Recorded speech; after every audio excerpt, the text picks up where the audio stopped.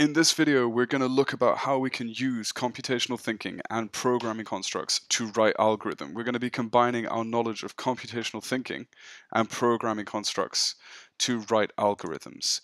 Now, an algorithm is a series of steps to solve a problem or carry out a task. It's a series of steps. Now, it's important for you to remember that all algorithms have sequence, and sequence is the same as a series of steps. Sequence is a series of steps. All our algorithms have sequence. They're all written as a series of steps. Now, we've talked about solving a problem. What is problem solving? Now, we encounter problem solving in everyday life, and problems are questions that need answering. Problems are just questions that need answering. And we have questions like, how do I get to that location? Or what video should I watch next on Netflix? Those are all problems that algorithms have been written to find solutions to. In maths, you write algorithms. In maths, you answer these problems using algorithms. You answer the problem of how do you work out the angles of a triangle. These are all problems. And in computer science, you have problems like, how am I going to sort this information into order? Or how am I going to store information in memory? And remember, an algorithm is a series of steps to solve a problem or carry out a task. Now, in your exams, your problems are the questions that need answering. What is a computer system? Now, this is the most basic of computing constructs. A computer system takes inputs, it processes them, and it produces outputs. Inputs are like electronic signals, like a mouse click or a keyboard press. The process, when we process information, we're fetching, encoding, and executing instructions. And finally, our output is where we can display something or output something. So right now, my input is the microphone. The process is converting my voice from analog to digital, and the output will be playing that sound through the speakers. Now, why is this relevant? Because just like a computer system, programs work the same way. Programs take inputs, they process them, and they produce outputs. In our programs, our inputs are data entered by the user or information entered by the user. Our processes are calculations or assignments to variables, and our outputs are displaying a message or the result or values to the user on the screen. So remember that our programs take inputs, they process them, and they produce outputs as well. And we usually know our output if we work backwards, because our output is usually defined in the problem. So when we write an algorithm that adds two numbers together and display the results, our output is the result. Our process is adding those two numbers together. And we can even think further back and say, what do our inputs need to be? Well, those inputs need to be two numbers. So what are the constructs of an algorithm, or what are the constructs of a programming language? Well, see if you can guess them from these images. Well, our first construct we've already mentioned, and that is sequence, and all algorithms have them. They are a series of steps, and they are always sequential. Our programs start at the top and they work their way through. Now, the second one is selection, and that's when our program has to decide whether it goes to step 4 or step 5. It has to make a decision. Is it door number 1, door number 2, door number 3? And we make decisions, and those are in selection. And finally, we have iteration, where we repeat a step. We repeat a step, or we might repeat several steps, and that's iteration. So in programming, we have sequence. Sometimes we have selection, and sometimes we have iteration, but we always have sequence. And we also have conditions. Now, conditions and decisions are questions our algorithms or programs will ask. So if our computer is going to make a decision, there's usually going to be a question in there. Which decision, which route, which path do I take? And our conditions are represented with a diamond, and those are usually selections. So if this is true, I'll go through number 1, else I'll go through number 3. Or we can use switch case statements.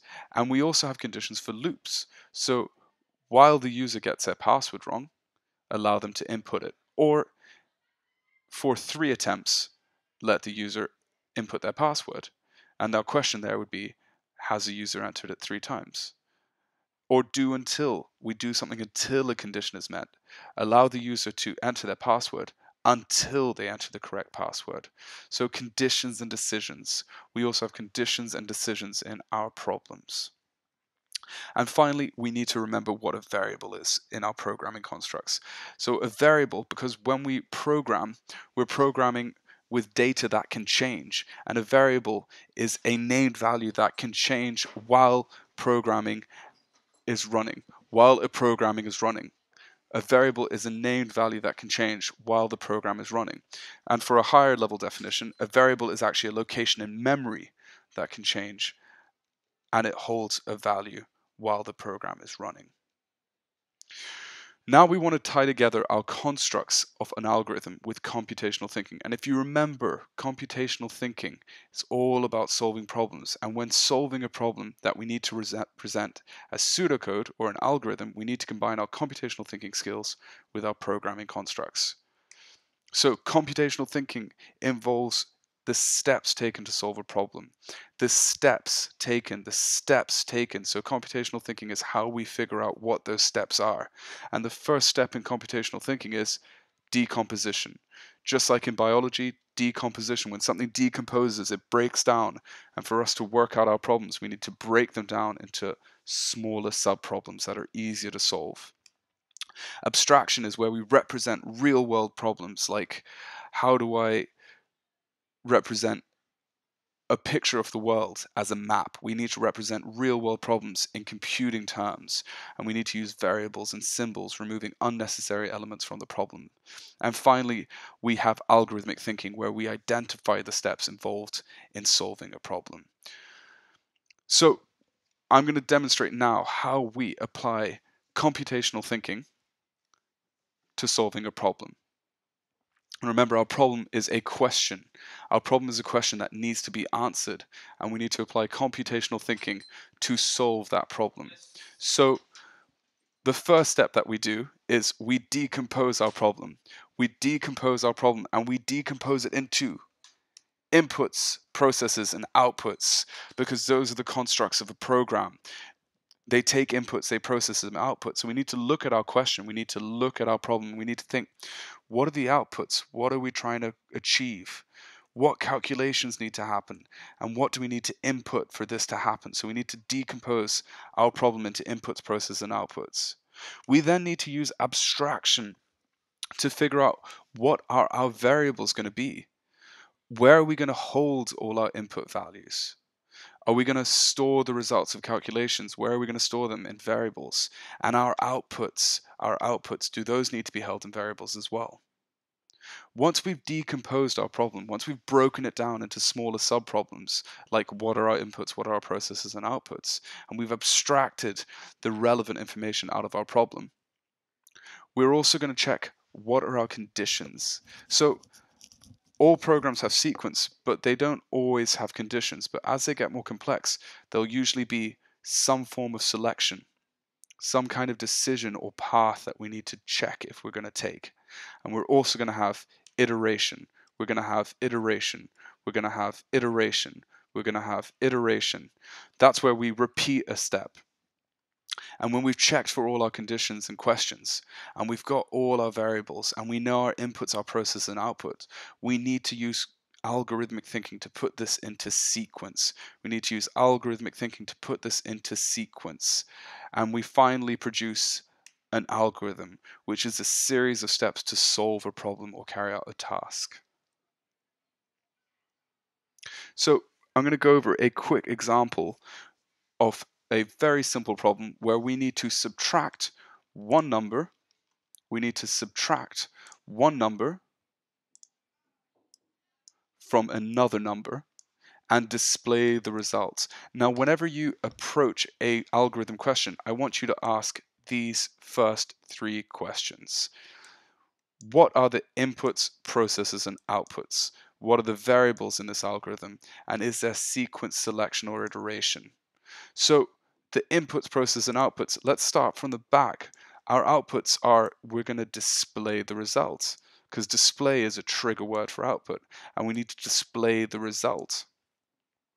In order for me to display the results, I need to perform a process, and that process is subtracting one number from another And in order for me to subtract one number from another, I need to have those numbers. So those numbers are going to be input into my program. I need to input those into my program. So what are the inputs, processes, and outputs? Well, I need to input my first number. I need to input my second number. I need to process them, and that's a calculation, subtracting the second number from the first number. And finally, I need to output the results. Now, what are the variables in this algorithm? So I've got these inputs, I've got a process, I've got an output, but I need somewhere to store these numbers. So my input is my first number, and that's my variable name. And it follows the rules of how we name variables. Now, before, it was quite simple because I know that if I'm inputting something, I need a variable to hold it. If I'm inputting something, I need a variable to hold the value. But when I perform a calculation, when I perform a process, I need to remember that I need to assign that value. I need to assign the result to a variable. So I'm going to call my variable result. And then I can display the value that's stored inside result. Now, the last question was, is there sequence, selection, or iteration? Well, all programs have sequence. All programs have sequence, and we can see that sequence here because I need to start from start. I then need to input my two numbers before I can process them, and I need to process it before I can produce my result. So all programs have sequence. In this case, there are no questions or decisions being asked. I don't have any selection, and there are no steps being repeated, so I don't have iteration. So remember, in order for us to solve a problem, we need to apply computational thinking to that problem, and we need to decompose it into our programming constructs. Okay? We need to apply computational thinking to our problem, and that decomposes it into our programming constructs. We abstract our variables and our relevant information. We check, are there conditions? Is there selection? Is there iteration? And finally, we put all of that information into order. We put it into sequence, and we can produce an algorithm, which is a series of steps to solve a problem.